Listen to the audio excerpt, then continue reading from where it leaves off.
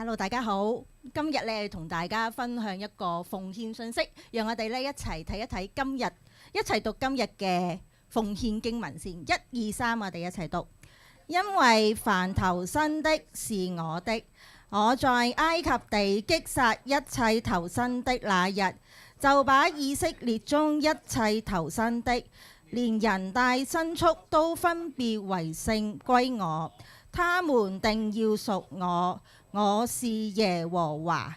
呢段經文係出自民數記3章11、13節嘅。話說咧，響古代嘅以色列文化裏邊咧，投生咧係代表住一個家族嘅第一力量，一個家庭嘅延續，係最尊貴、最重要嘅產業嚟嘅。呢段經文提醒我哋一件好重要嘅事，就係我哋要將最先嘅、最好嘅去賜俾我哋嘅神，而唔係去奉獻俾我哋嘅神，而唔係將剩低嘅、用剩嘅去奉獻俾我哋嘅神。啱啱喺我去上一年嘅年尾呢，我因為被裁員啦，而獲得一份相等於我本身人工嘅10個月嘅賠償。就係因為呢份賠償，我冇即時嘅經濟壓力啦。咁但係呢，我仍然好擔心，我會唔會喺10個月裏邊揾唔到工作呢？所以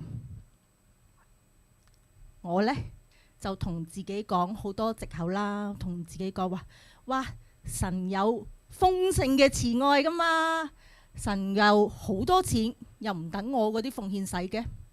神呢，好明白我嘅苦況嘅，不如我就將呢一筆10個月人工嘅賠償攬住先。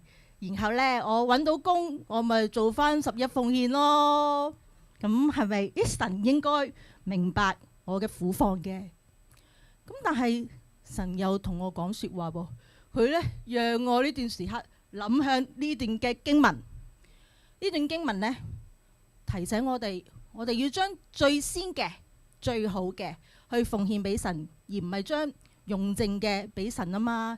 因為就算係呢一筆嘅賠償，其實都係神賜俾我，而唔係每一個被裁員嘅人都會有一筆賠償。呢個我有好清楚，唔係人人裁員都會有一筆賠償嘅。所以我仍然好感恩。最後呢，我就喺一個未揾到工嘅情況之下，收到呢一筆嘅賠償之後呢，我都將呢一筆賠償嘅1/10去做奉獻。到今日我已經失業咗3個零月啦，係啊，待業係啦，我而家已經待業咗3個零月啦。喺呢段待業嘅期間呢，我呢好慳嘅，但係呢，慳得嚟我都好平安。咁即係主要喺呢幾個月裏邊呢，我都從我投資裏邊呢得到嘅收入係可以支付到我日常基本嘅生活需要嘅。好，讓我哋掌聲俾大掌聲俾我哋嘅神。感謝主。做奉獻係一個感恩嘅行動，而亦都係一個對神有信心嘅表現。我哋做奉獻係應該懷住感恩嘅心去感謝神俾我哋嘅需要，而唔係將用剩嘅俾神。所以讓我哋一齊學習敬畏神，一齊將最先嘅、最好嘅去奉獻俾神。讓我哋一齊祈禱。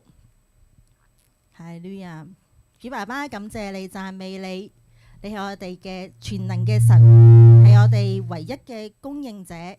主啊，感謝你賜俾我哋嘅一切，求主你提醒我哋，我哋一切所有嘅全部都係由神你而嚟嘅。當我哋做奉獻嘅時候，為你去獻上嘅時候，求主你悅納，求主你賜俾我哋所需要嘅，賜俾我哋喜樂平安。主，我哋感謝你，讚美你，求主你聽我哋嘅禱告。以上嘅禱告係奉靠主耶穌基督得勝嘅名字祈求。阿們，感謝主。